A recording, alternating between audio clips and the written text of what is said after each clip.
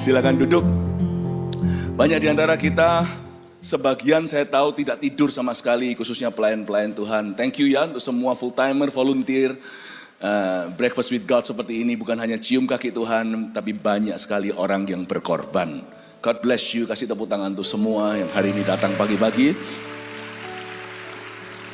Bless the Lord, oh my soul. Berkatilah Tuhan, hai jiwaku. Kita buka sama-sama Mazmur 103 ayat 1 sampai 2, nggak panjang-panjang. Anda perlu bekerja, perlu sekolah. Judulnya dari Daud. Bunyinya, pujilah Tuhan, hai jiwaku. Pujilah namanya yang kudus, hai segenap batinku. Pujilah Tuhan, hai jiwaku, dan janganlah lupakan segala kebaikannya. Kita baca bersama 2 ayat saja, 1, 2, 3. Dari Daud. Pujilah Tuhan, hai jiwaku. Pujilah namanya yang kudus, hai segenap batinku. Pujilah Tuhan, hai jiwaku, dan janganlah lupakan segala kebaikannya. How could you actually bless the Almighty? Bagaimana caranya kita bisa memberkati Tuhan? 我们能够祝福神吗? Bukankah berkat itu datangnya dari Allah?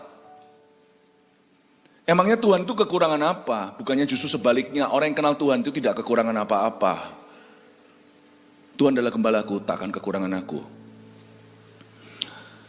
Tidak seperti pemahaman manusia, berkat itu materi. Oh, atau berkat itu memiutangi. Oh, gini loh Tuhan, Tuhan butuh apa? Nih, gua kasih. Atau, Tuhan kurang dipuji ya, ayo kurang dipuja. Biar saya saja, ini aku akan memujimu. Malaikat tidak bisu. Tuhan itu tidak insecure. Ya, bahasa anak-anak generasi alfa lah, Tuhan itu demure. Tuhan itu cool, Tuhan itu keren, Tuhan itu chill. Gak butuh gak pujian kita, penyembahan kita yang pas-pasan, apalagi kuncinya yang seringkali meleset. You see, God created music, God created everything, God created praise. Tuhan menciptakan segala sesuatu alam semesta. Dia gak butuh kau dan aku. Penginjilan, Tuhan butuh gereja untuk menginjili dunia. Come on lah, satu aja kasih Mikael, datang penampakan. Udah, taruh di langit California. CNN, BBC semua meliputnya. Dan berkata, Yesus adalah Tuhan, bukan Nabi. Beres sudah, seluruh bumi bertobat. Does he need you? Tuhan butuh uang kita? Enggak juga sih. Uang itu untuk kendaraan misionaris. Uang adalah hamba yang baik, tapi Tuhan yang jahat. Yang bisa berbuat baik. Tapi kalau kita cinta uang, dia akan membuat hati jahat. Tuhan itu ambil resiko loh, percaya yang kita kasih kunci kerajaan sorga di tangan kita. Pada bisnismu, sekolah masa depanmu, keluargamu, pernikahan kita yang sekalipun sangat-sangat lama, mungkin beberapa sudah anniversary-nya 50, tapi tetap rawan namanya manusia. Kenapa Tuhan memilih untuk dimuliakan di dalam hidup kita ini yang semuanya pecah belah? Saya nggak ngerti, tapi Daud mengerti. Kita belajar dari dia. Mazmur 103 ini dari Daud. Tidak heran dia disebut a man after God's own heart. Dia adalah seorang yang mengenal hati Allahnya. Dalam bahasa Indonesia, seorang yang berkenan di hati Tuhan. Dia bukan dikenan, dia dikenan karena dia memahami hati Tuhannya. Kita belajar dari Daud. Dan kalimat pertama membingungkan. Itulah sebabnya saya mau ajak Anda bicara tentang poin ini. Pujilah Tuhan di bahasa Indonesia, dalam bahasa Inggrisnya bless the Lord. Bukan hanya memuji, berkati. Berkati Tuhan, hai jiwaku. Bless His holy name. Berkatilah namanya yang kudus, hai segenap batinku.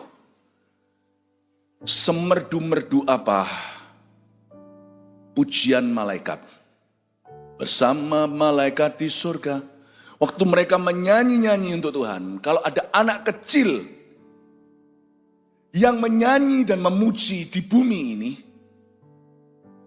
sekalipun nadanya nggak masuk kunci, masih juga pelat, lafal-lafal katanya, Tuhan pasti seluruh malaikat di sorga, diam. Aku ingin mendengarkan anak ini untuk memuji. Semua serafim, semua kerub serubim, semua Gabriel, Mikael, dan namakanlah semua malaikat di sorga. Tuhan mau mendengar anak itu nyanyikan lagu yang tidak sempurna dari hati yang cinta. Pujilah Tuhan hai jiwaku. Bless the Lord oh my soul. Nomor 1. Ya, berkatilah hatinya dengan cinta kita. Nomor 1 poinnya, keluarkan terima kasih. Ini maksudnya bless the Lord oh my soul. Kenapa hai jiwaku kok bukan hai rohku? Saya ajak Anda untuk menyelami sesuatu yang agak dalam. Mestinya pujilah Tuhan hai rohku. Karena di dalam roh kita tinggal kasih abadi. Tapi Tuhan tidak berhenti hubungan sama kita itu sampai kasih. Karena kasih Tuhan Allahmu itu perintah. Kita bisa lakukan dengan terpaksa. Makanya itu Daud memahami poin ini. Dia berkata, pujilah Tuhan, bukan hai rohnya. Rohnya tidak punya pilihan. Bahkan orang-orang yang membenci Tuhan suatu hari akan bertekuk lutut. Setiap lutut akan bertelut, setiap lidah akan mengaku Yesus adalah Tuhan. Lu gak punya pilihan. Allah itu daulat. Roh kita sudah diskakmat. Jiwa itu hak bebas. Jiwa, our soul, itu artinya bebas memilih. Tuhan tidak memaksa. Makanya orang bisa masuk surga, masuk neraka. Jiwa orang bisa tersesat. Kita bisa memilih untuk mencintai Tuhan atau membencinya. Dunia kasih itu di alam roh kita. Dunia cinta itu di jiwa. Makanya Daud berkata, Tuhan, aku bukan hanya mengasihimu seperti orang Kristen yang lain. I don't only love you as they do, but I also like you. Do you like Jesus? Or do you just love him? Yesus menggiring Petrus sampai dia berkata, Yesus, aku suka padamu. Dia berkata, Petrus, Kefas, apakah engkau mengasihi aku? Do you love me? Do you agape me? Kau tahu Tuhan, 3 kali sampai nangis. Terakhir dia berkata, I feel you. Aku mencintaimu, I like you. Kelihatannya kayak kalah ya. Kayak seolah-olah turun pangkat, seperti downgrade. Tapi sebenarnya, Yesus suka. Ayat ini seringkali dikhotbahkan dari sisi filia itu inferior ke agape. Iya, karena agape itu kasih tanpa syarat. Ada orang yang mengasihi Tuhan, tapi gak terlalu suka spend time sama dia. Loh, aku kasih sih kasih, takut apalagi. Tapi Tuhan itu menjadi panutan, tapi aku gak bawa Tuhan. Kalau untuk perkara-perkara yang kusukai, aku lebih suka me time daripada time with Jesus. You see, cinta, saya ingin membawa pewahyuan ini ke gereja. Jangan berhenti sampai mengasihi Tuhan dengan segenap hatimu. Cintai dia juga. Biar jiwamu itu senang sama Tuhan. Aku mengasihi Tuhan, tapi baca Alkitab itu beban. Kasih sih kasih sama Tuhan. Ya aku tahu dirilah. Kita ini semuanya kan berhutang budi. Pelayanan, beban. Persembahan, perhitungan. Tapi kalau buat beli sepatu, beberapa orang kalau untuk sepatu brol-brolan. Untuk beli mobil, wah, gak ada remnya. Untuk apa-apa yang dia suka, semua. Lu sama Tuhan kasih, tapi gak sampai hobi. Paham maksud saya ya? Ada di antara kita tidak pernah menjalin persahabatan dengan papa mama. Jadi sama orang tua itu ya kasih sih kasih. Lu jangan bilang-bilang yang enggak tentang papaku lu. Anak bisa berkelahi. Tapi kalau anak itu mau bersenang-senang, lebih baik papa mama enggak ikut pergi. Dia mengasihi papanya, mamanya. Tapi dia enggak pernah berteman dengan papa mamanya. Enggak sampai di level cinta, seneng, suka itu enggak. Dia lebih seneng sama teman-temannya. Lebih suka sama teman-temannya lah, harus seimbang lah. Tapi ini hanya ilustrasi, paham maksud saya. Mengasihi orang tua ya iyalah, menghormati apalagi. Orang tuaku apalagi enggak cacat celah. Aku sangat-sangat menghargai. Tapi kalau untuk seneng-seneng, sorry ya, mendingan aku paling seneng itu sama teman-temanku, sama papa mama kalau bisa. Kalian jangan ikut ya Pak, jangan ikut ya Ma. Jadi awkward. Banyak orang itu awkward sama Tuhan meskipun mengasihi Tuhan. No, Abraham itu sampai taraf bersahabat loh. Maka dia disebut sahabat Allah. Sampai kongko itu sama Tuhan. Waktu Tuhan mau bakar Sodom dan Gomora, kebakaran satu kota, itu ngobrol dulu sama Abraham. Sang daulat cari temannya. Padahal Tuhan bisa membuat keputusan tanpa dia. Tapi nggak bisa enggak. Karena dia adalah teman obrolannya. Dia adalah teman cicet, teman kongkoannya. Jadi Tuhan Yesus di perjanjian lama ketemu dulu sama Abraham. Bukan tanya menurut lu gimana. Bukan, tapi hey aku mau begini loh ya. FYI, for your information. Kamu harus tahu. Abraham berkata, Tuhan, tahu dirilah. Enggak buddy-buddy, hey buddy-buddy, my buddy. Enggak sama Tuhan, best friend, tapi bukan buddy. Dia berkata, Tuhan, kalau ada 10 orang, Tuhan spare enggak? Kalau ada 50 orang, kalau ada 40, nego sampai 10. You see, do you have that relationship? What kind of church do you want build me? Tuhan tanya sama saya, akhir tahun kemarin waktu saya di PCM GMS Surabaya Timur. Gereja seperti apa yang kau bangun? Tidak semua gereja dibesarkan dengan cara sama. I am trying to train you. Semua pelayan-pelayan Tuhan sampai semua jemaat untuk jadi sahabat Allah. Siapa yang mau? Berikan tepuk tangan untuk Tuhan. Not all churches are raised the same. Even though the same God. Tidak semua gereja DNA-nya sama. Sorga sama-sama kita tuju. Tidak semua gereja terbuat dari materi yang sama. Emas, kayu, atau jerami. This is the kind of church we want to build. Not the greatest, but the glorious. Haleluya. Berkatilah hatinya dengan cinta kita. 2. Pujilah Tuhan yang jiwaku kan. Pujilah namanya yang kudus. Hai segenap batinku. Katakan pujilah namanya yang kudus. Ini saya nggak perlu jabarkan. Anda yang tidak datang kemarin di kebaktian umum, waktu saya streaming, khususnya AOG kan juga sudah ada porsinya. Tetapi kalian juga bisa ekstra, dengarkan kebaktian 1-5 kemarin, saya banyak ngajar tentang PAW, Praise and Worship, bagaimana kita, gereja, Pondok Daud itu dipulihkan untuk memberkati namanya. Yaitu nomor 2, berkatilah namanya dengan pujian kita. Saya percaya di awal tahun ini yang pertama-tama Tuhan wahyukan adalah tentang puji-pujian. Sebab dia bersemayam atau bertahta di atas pujian kita. Kita ingin gereja kita itu segudang pemuji. Kita menjadi a people of praise. Tapi aku tidak pintar nyanyi. Ya sudah, saya tidak perlu jelaskan lagi. Dengarkan sendiri kemarin. Tidak ada hubungannya dengan suara merdu. Pujian itu tidak ada hubungan dengan suara merdu. Tetapi berhubungan dengan hati madu. Hati kita ada honey untuk memuji. Thank you. Intisari muji itu syukur. Bukan nyanyi, bersyukur dulu. Kalau hati itu bersyukur pasti bisa nyanyi. Amin Bapak Ibu. Pernah dengar nggak? Mungkin papanya, tapi jangan cerita. Nanti malu dia. Nanti papa. Papa saking senengnya mungkin ada rezeki di kantor atau ada kenaikan promosi. Wah di WC nyanyi. Wah padahal suaranya nggak enak. Tapi nggak tahu kenapa. Kalau kita nyanyi itu suara kita selalu enak di telinga kita. You see, kalau orang itu hatinya happy pasti nyanyi. Dia nggak peduli enak nggak enak. Ya, berkatilah namanya dengan pujian kita. Suka memuji. Ini saya tidak akan bahas, saya sudah bahas 5 kali.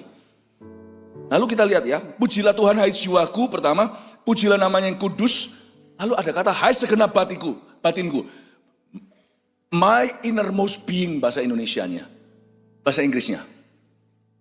Hai segenap batinku. Ada satu pepatah di perjanjian lama, dalam bahasa Inggrisnya, deep calls unto deep. Yang artinya, aplikasinya, hanya orang yang batinnya dalam Roh Kudus yang bisa menyelami kedalaman Bapa. Jangan jadi orang Kristen dangkal. Hari ini kita telah berpindah dari pelataran. Orang-orang yang datang ke sini belanin, kecuali memang berhalangan. Kalau memang Anda sungguh-sungguh bisa, Anda di sini. Anda kan tidak puas di pelataran, Anda masuk ke ruang kudus sekarang. Anda mau dalami iman Anda.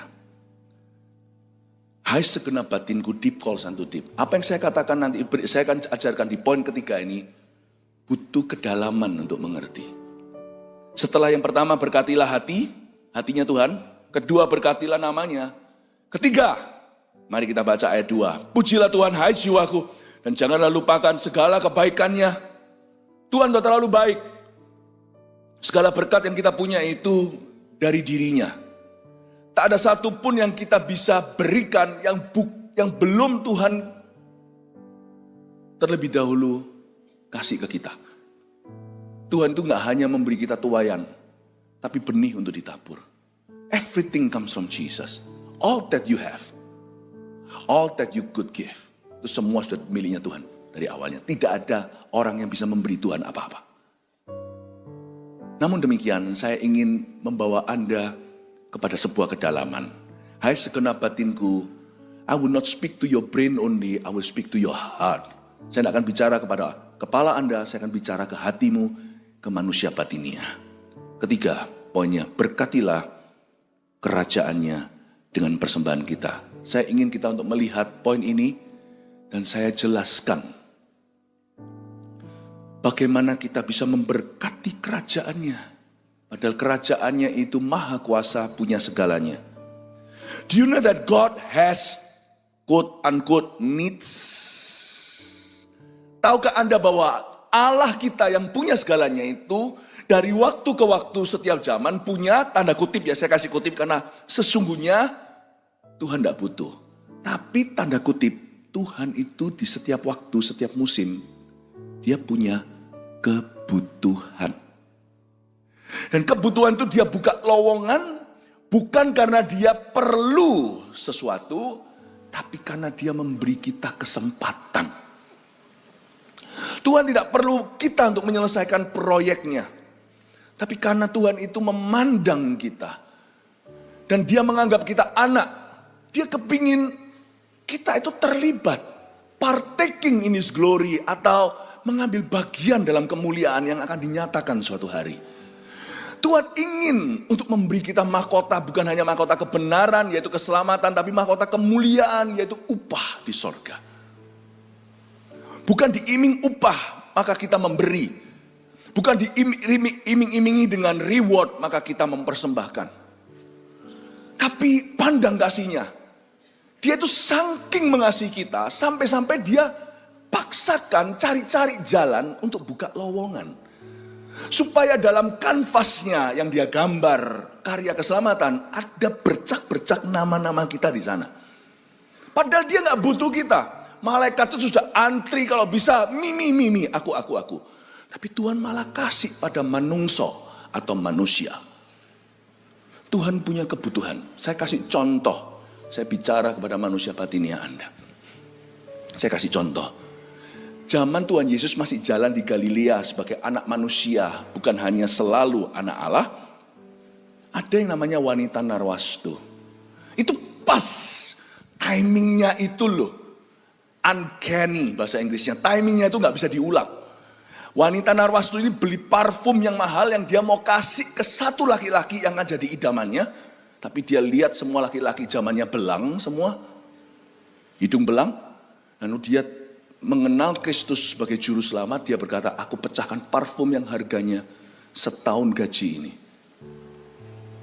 Apa yang kuharap-harap pada laki-laki tidak kudapat. Tuhan yang memuaskan hatiku yang hampa, dipecahkan. Ketika murid-muridnya khususnya Yudas protes, Tuhan berkata, loh orang miskin selalu ada di antaramu. Berapapun kamu tabur, berapa narwastu juga akhirnya habis dan tetap kemiskinan ada di dunia. Aku tidak selalu ada di antaramu. Dipecahkan. Dan Tuhan berkata, sampai kapanpun Injil diberitakan, perbuatan orang ini akan diingat. Perbuatan wanita ini. Dan dia sedang mengurapi aku. Siapa bisa urapi Yesus? Bukankah dia itulah yang punya urapan tak terbatas. Tuhan malah mengaku berkata, dia sedang mengolesi, mengurapi aku. She is anointing me for my death. Untuk kematianku. Sorry, lowongan itu sudah tutup. forever and ever sampai sorga tidak akan terbuka lagi. Karena Yesus tidak akan mati kedua kali.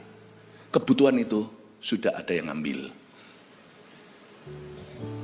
Siapa lagi coba? Kadang-kadang saya iri dengan keledai muda yang Tuhan pakai.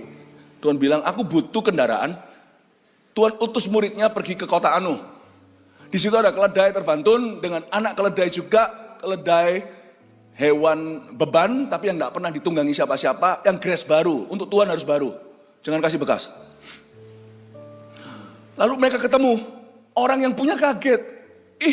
Maling ayam ada, ini maling keledai. Sebelum mereka teriak, Petrus atau siapapun muridnya berkata, Tuhan membutuhkannya. Oh oke.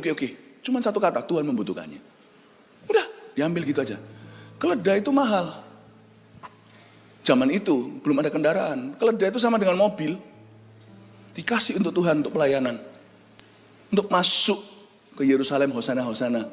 Saya yakin seluruh kuda di dunia yang ngerti dan paham penciptanya, semua protes keras. Kenapa Tuhan pilih keledai? Dan lowongan itu tutup. Semua kuda-kuda sekarang antri, nginden untuk kesempatan itu lagi, tidak diberi. Kita kalah sama keledai. Andai kata waktu itu Tuhan mau digendong,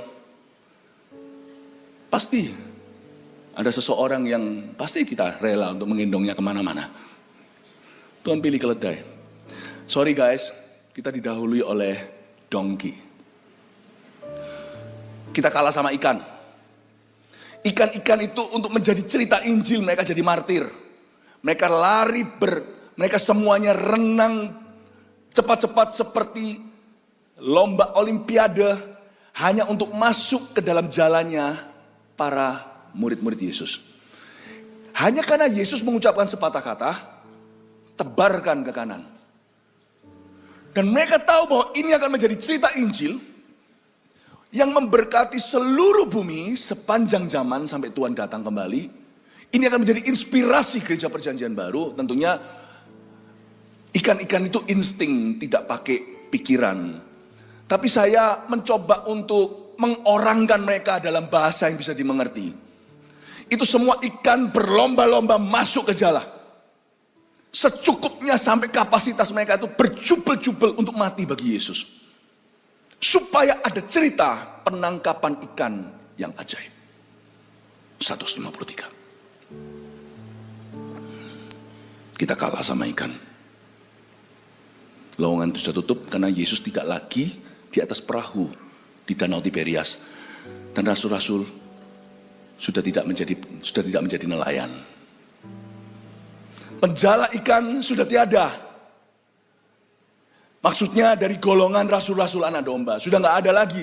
Sekarang mereka sudah menjadi penjala manusia. Masih ada lowongan untuk mendukung penjala-penjala manusia. Berikutnya siapa lagi coba? Selain ikan, keledai, kita nih kalah terus nih. Tempat perjamuan, itu orang yang punya space, punya tempat, punya restoran itu. Itu loh loteng atas tempat Yesus perjamuan kudus. Sebelum dia ke Getsemani dengan murid-muridnya lalu diserahkan oleh Yudas. Tempat perjamuan itu kan juga murid-muridnya disuruh berjalan di depan, beritahu Tuhan membutuhkan tempat ini. Kapan? Malam tertentu, malam ini. Kita mau makan di sini. Dikasih untuk Tuhan tempat itu. Di tempat itu Yesus nyanyi. Kalau Anda baca di kitab Injil, sebelum akhirnya hengkang pergi ke Getsemani.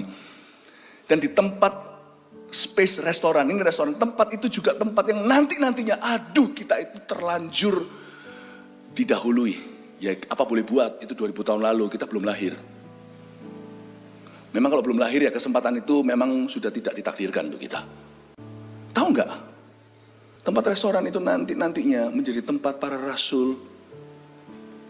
Kunci pintu, nantikan Roh Kudus 120 lidah api di atas kepala. Itu orang yang punya tempat restoran tanpa nama, kita nggak tahu itu siapa. Ada beberapa spekulasi yang berkata itu adalah milik keluarga Markus, Yohanes Markus, kemenakan Barnabas. Juga tempat mereka berdoa saat Petrus di penjara, ketok-ketok pintu, lalu habis itu ada seorang pelayan perempuan namanya Roda. Petrus ada di depan pintu, mereka nggak buka karena mereka kurang percaya. Nah, nanti saya pikir ya, tempat itu sudah tidak bisa karena Yesus sudah tidak lagi ada di sana secara fisik. Dan tidak perlu lagi tempat perjamuan kudus. Perjamuan kudus sekarang dilakukan di dalam gereja. Mungkinkah sekarang lowongan yang tersisa adalah membuka rumah kita atau tempat kita untuk CG? Itu masih ada. Tapi tunggu ya, waktu kiamat itu sudah tidak perlu lagi. Atau waktu Tuhan datang kembali, waktu pengangkatan terjadi, itu pun akan lewat. Tahukah semua di bumi ini akan berlalu? Kesempatan itu raihlah, karena tidak akan datang 2 kali. Atau bukan tempat CG saja, mungkin tempat itu akan menjadi tempatnya GMS di kota tertentu. Belum ada gereja yang semisionaris ini. Space atau ruang itu akan digunakan sebagai gereja. Nah, itu masih berlaku. Itu masih ada. Tuhan masih, ngomong gini agak sungkan. Tapi kalau ini membuatmu mengerti, saya akan ambil resikonya. Tuhan masih butuh. Tapi waktu Tuhan datang kembali, itu tidak akan dibutuhkan lagi. Tuhan punya kebutuhan. Simon Kirene, Tuhan tidak akan memikul salib kedua kali. Tapi bahagialah kalau karena namanya kita dihina. Oh, saya mendapatkan kesempatan itu waktu saya di Palestina tahun berapa itu? Ketika di jalanan orang-orang tertawa, intimidasi, sabotase, listrik dimatikan. Panitia berkata ada berapa percobaan pembunuhan. Itu kesempatan yang tak terulang dalam kehidupan saya. Saya bisa seperti Simon Kirene bukan mengangkat salib Yesus secara jasmani, tapi mengangkat salib Injil secara rohani. Dihina, diancam, karena berdiri di tengah-tengah marketplace, memanggil orang-orang untuk terima Tuhan. Kesempatan tidak terulang lagi, tapi kesempatan di mana Anda bisa disalah ngerti, dikucilkan, karena perbuatan baik, karena perbuatan benar. Jemaat GMS tercinta, kita bagian dari tubuh Kristus seluruh bumi, ya. Tapi sebagai gereja yang sungguh-sungguh misionaris, kadang-kadang saudara seiman kita yang lainnya pun bisa salah ngerti. Bisa juga kita dibenci, karena apa? Karena kita terlalu rajin menginjil. Karena kita terus mengajak orang untuk mendengar firman Tuhan. Gak apa-apa, nikmati, itu lowongan. Nikodemus, saya gak bisa sebut satu-satu. Yusuf Arimatea, kita bisa beli kuburan tanah berapa kali berapa. Yesus sudah tidak perlu lagi, jangan kasih Tuhan kuburan. Dia tidak mati kedua kali. Bahkan kuburan yang satu itu pun tidak kepake lama kok, 3 hari lalu kosong. Tapi Yusuf Arimatea hoki. Sekalipun dia orang kaya, dia mungkin bisa banyak hal yang dia bisa berikan, tapi dia bisa memberikan persis seperti yang Tuhan butuhkan ketika tidak ada orang lain menawarkan. Kok bisa yang itu, waktu Yesus diturunkan itu tidak punya tempat proper. Dan badan Yesus tidak boleh dimakan sama vultures atau sama burung-burung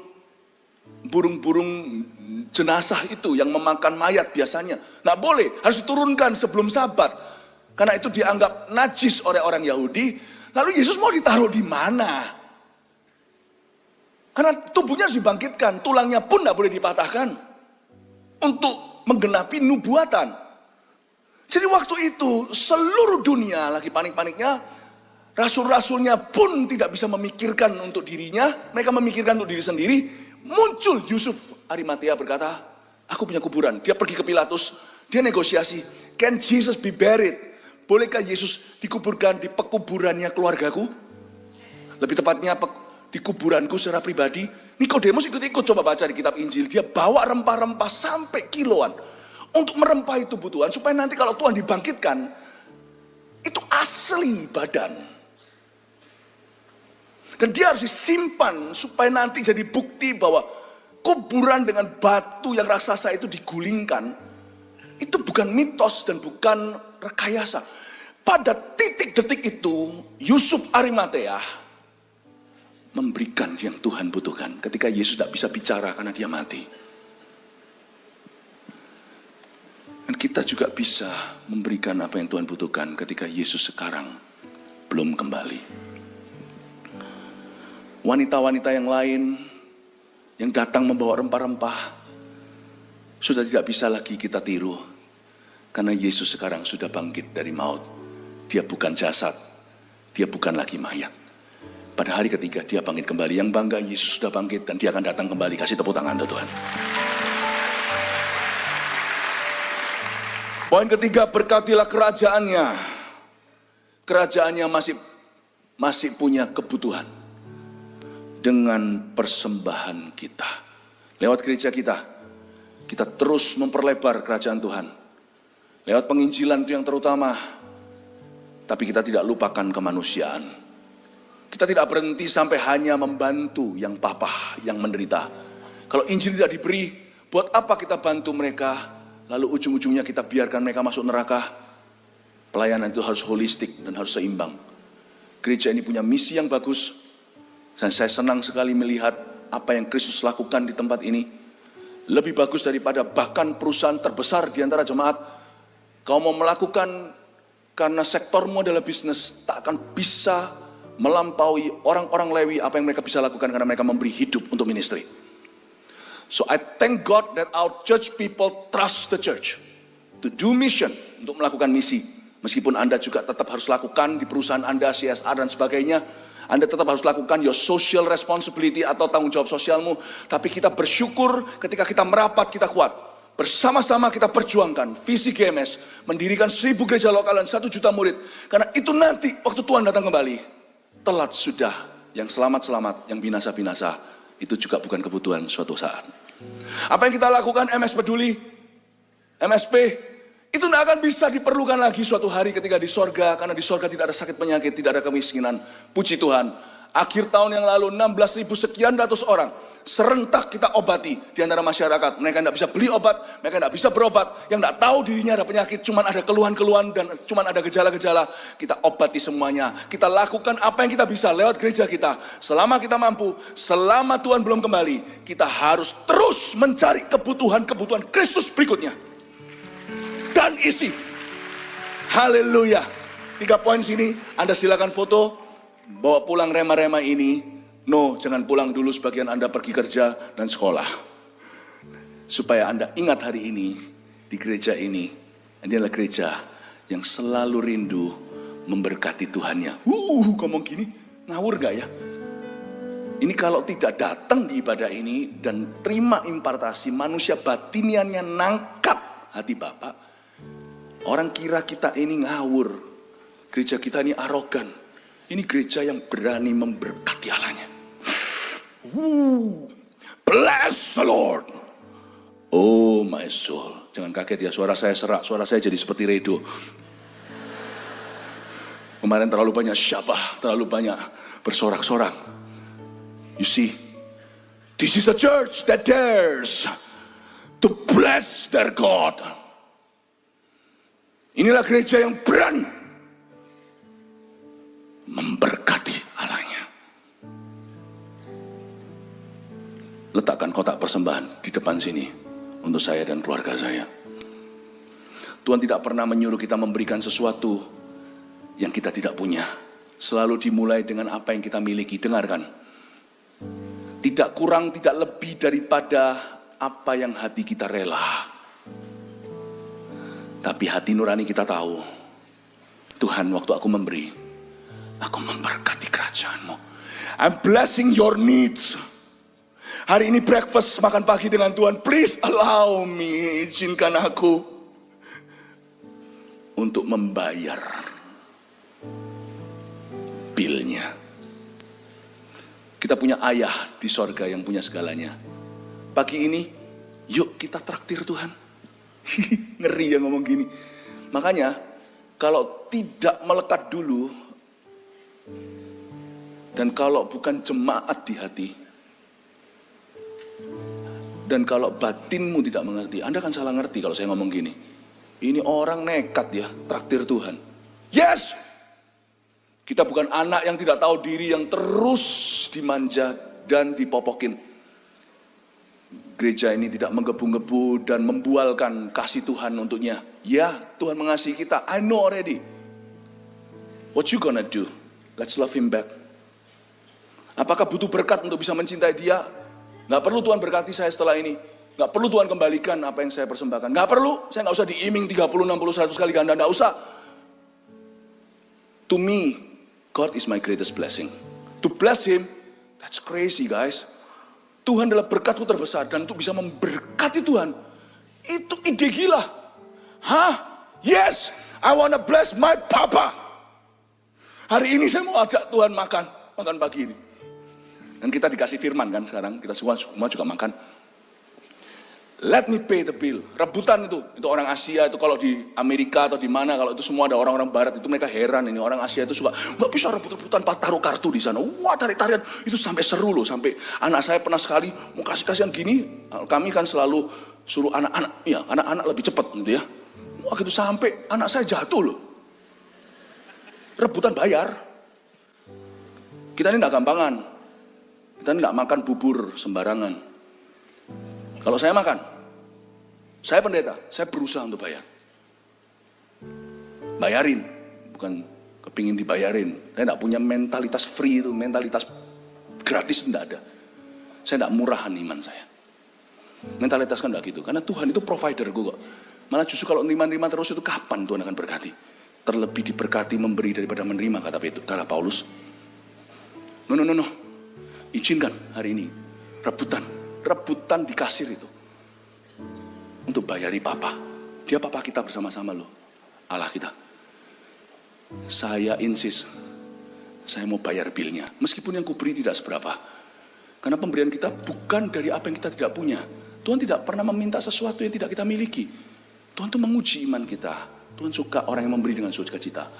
Tuhan itu selalu mulai dengan apa yang kita persembahkan dengan sukarela, tidak lebih tidak kurang, sesuai dengan kerelaan hatimu.